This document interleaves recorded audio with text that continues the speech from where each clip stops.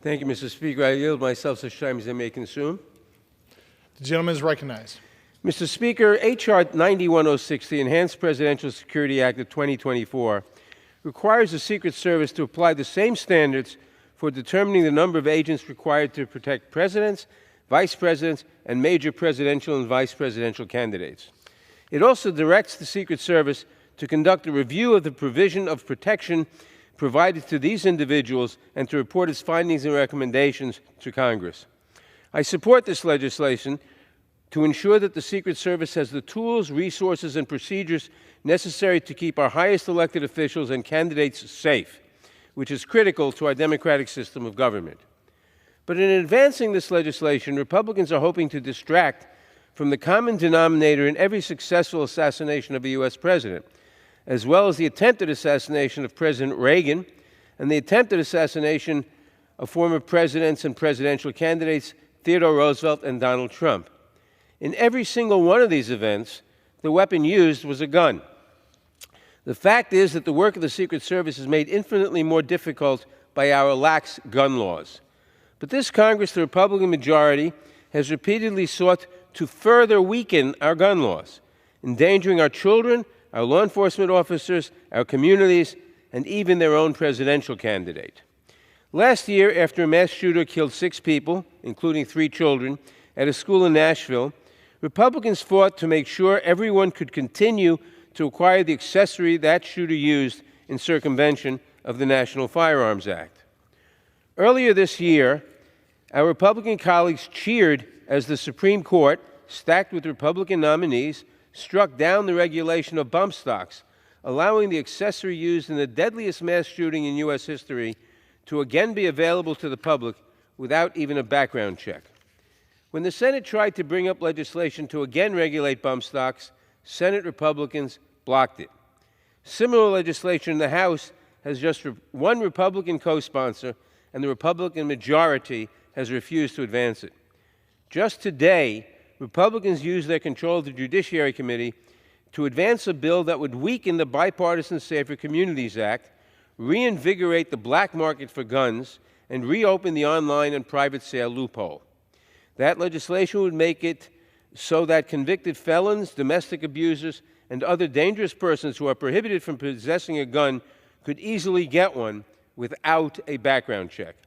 And it would make it so that unlicensed sellers could once again profit from endangering our communities. And it doesn't stop there. Not only have they sought to unravel our gun laws through legislation and our courts, but our Republican colleagues have also sought to defund the Bureau of Alcohol, Tobacco, Firearms, and Explosives, the primary agency tasked with enforcing our gun laws, including by helping state and local enforcement and local law enforcement solve violent crimes and keep guns out of the wrong hands. The cumulative effect of these efforts is clear. We know from headline after headline that it is far too easy for violent individuals to get a gun and end a life, or many lives, in a matter of seconds. That is true whether the attacker targets school children, a domestic partner, a house of worship, or a presidential candidate. The challenges faced by the Secret Service would be vastly diminished if we passed any one of our many proposals to keep guns out of the wrong hands. But over and over, Republicans have prioritized access to deadly weapons over the safety of our communities. I support this legislation because the Secret Service must be able to protect our highest elected officials and candidates. But this legislation will do nothing to make the rest of us any safer or change the fact that gun violence continues to take the lives of more than 100 Americans every single day. As Republicans yet again rush headlong towards a government shutdown, unable even to manage the most basic aspects of governing, and as they continue to oppose every action to prevent gun violence, Democrats will continue to fight to make our communities safer for every American. I nonetheless urge my colleagues to support this modest legislation, and I reserve the balance of my time. The gentleman from New York reserves. The gentleman from Ohio is recognized. So let me get this straight, Mr. Speaker. Some crazy guy on the left tries to assassinate President Trump, and it's Republicans' fault? That's what we just heard. Next thing they're going to say is, oh, some crazy guy on the left tries to assassinate President Trump, and it's President Trump's fault. Oh, wait a minute. They said that too. This is ridiculous.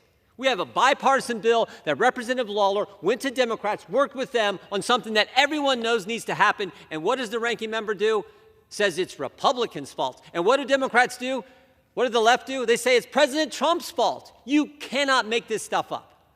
After all that President Trump's been through, they go to that. After they spied on his campaign, after Mueller, after impeachment, after they raided his home, after they tried the crazy 14th Amendment idea. Best way to beat him is not let him play the game, not let him go on the ballot. Thank goodness for the Supreme Court, which decided 9-0 that was bogus.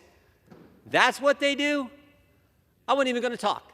I was going to let Mr. Lawler, who's done the work on this, handle all this, and his remarks were totally bipartisan, not partisan at all.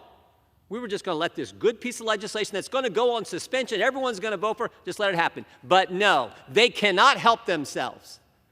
It's ridiculous. I yield to the gentleman from New York who was working in the proper fashion on a good piece of legislation that will protect both, as he indicated in his opening remarks, both former President Trump and Vice President Harris. That's what we want in America.